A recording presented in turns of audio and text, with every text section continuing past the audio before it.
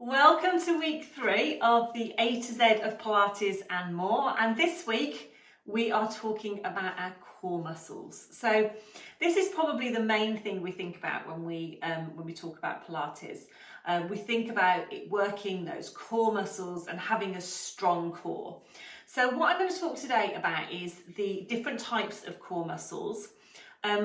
How to get them working a little bit, and how that relates to our Pilates practice.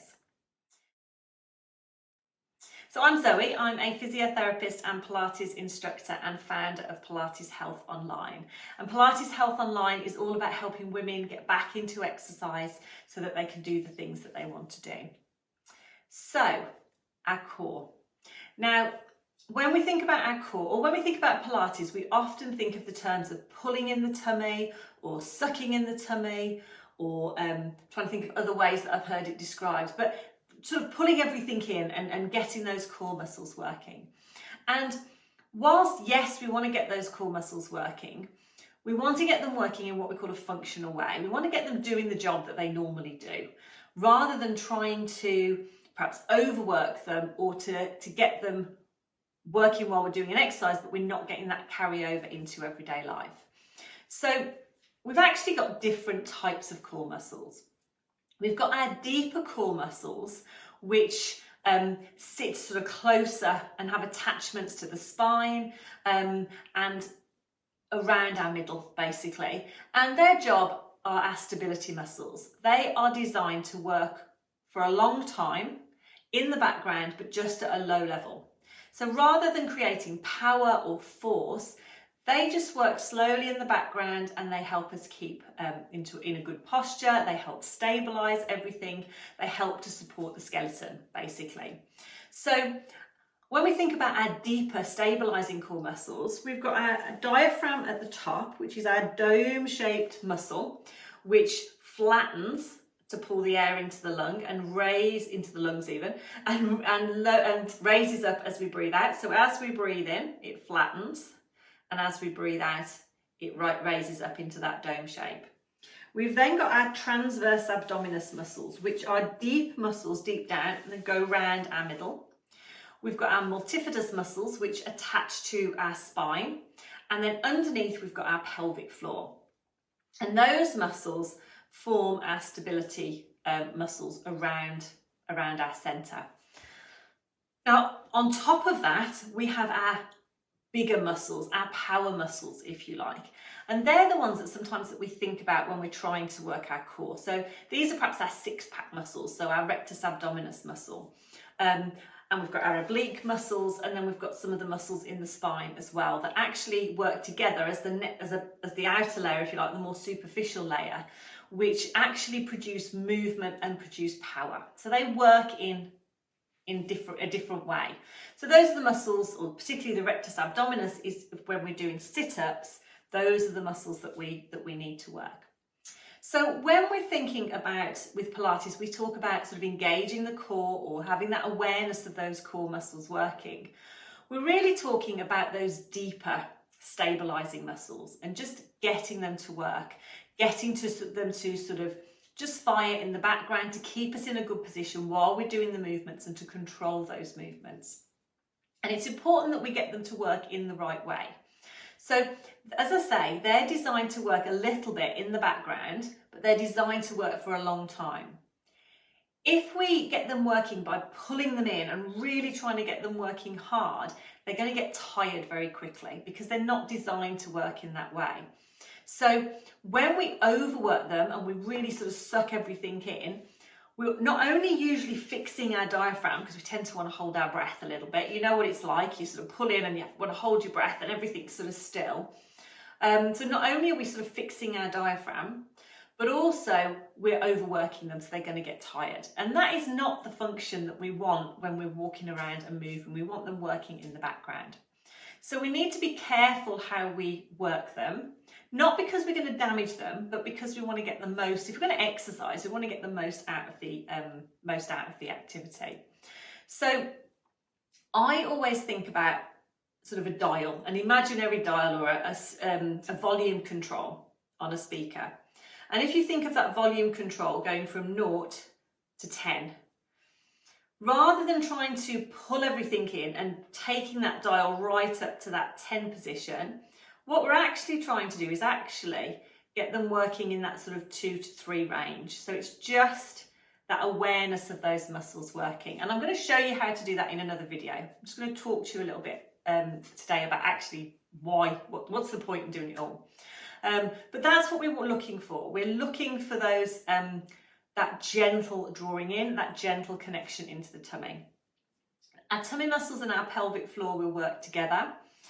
And as I said before, our diaphragm actually forms part of our core muscles. So this is why when we are practicing Pilates, we talk a lot about the breathing, because not only is holding your breath a bit like trying to drive with your brakes on, it's really hard to move because you're holding your breath, you're fixing everything.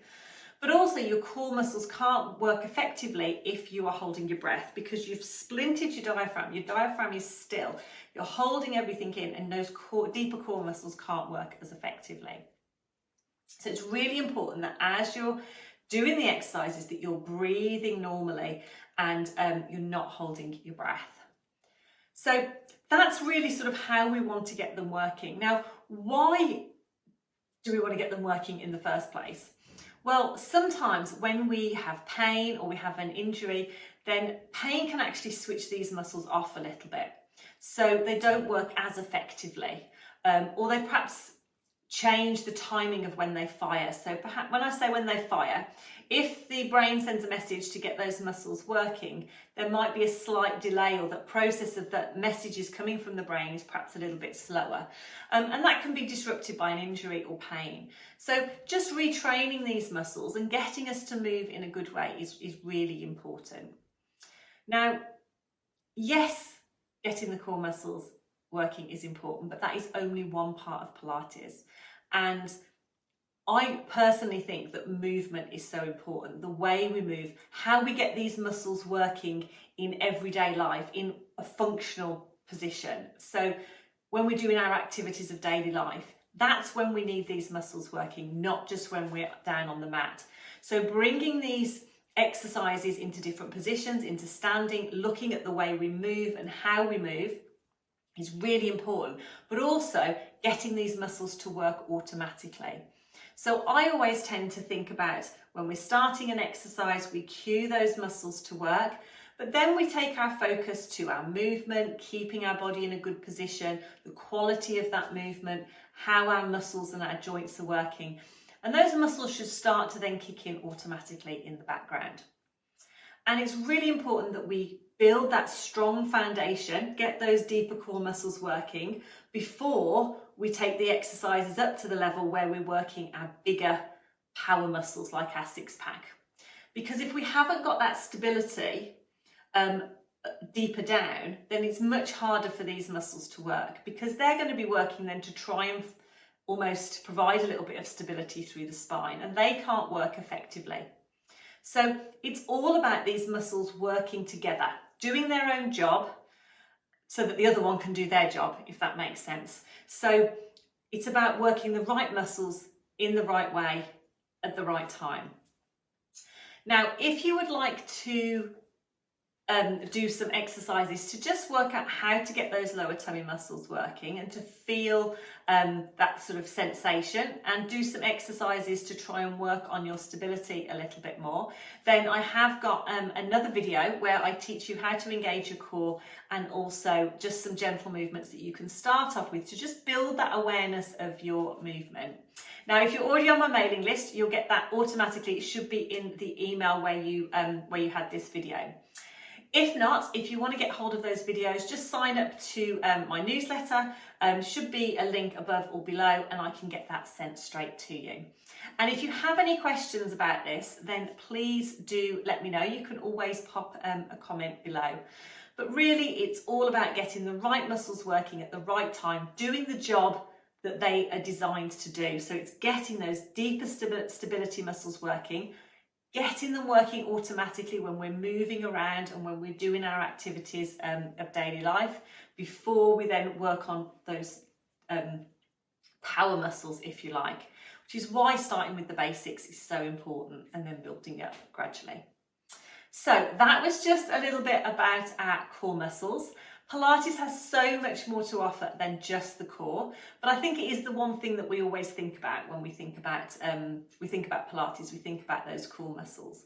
So I want you to forget the terms pulling in, sucking in, anything like that, and think of that gentle awareness of those tummy muscles working. Think of that dial going from 0 to 10. We want to be down here 2 or 3 level, not up here 9 or 10. And that will really help you get in the right muscles working in the right way. So thank you for watching. Don't forget, if you want to get those extra videos, sign up to my email list and I can get those sent to you.